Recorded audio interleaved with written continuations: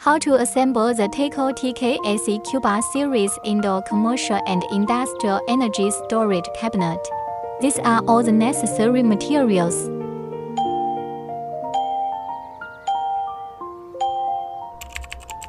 The battery modules are connected in series.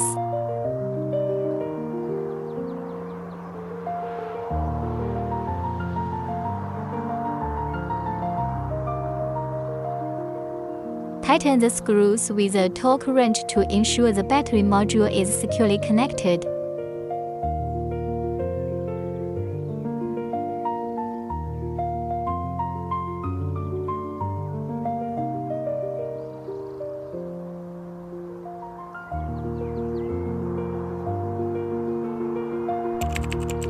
Connect the battery module using a communication cable, distinguishing between input and output.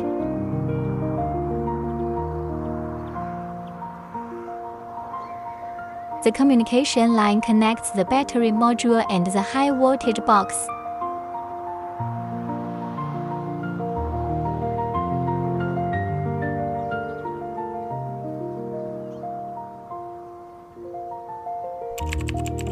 Cable connection to high voltage box. Turn on battery switch.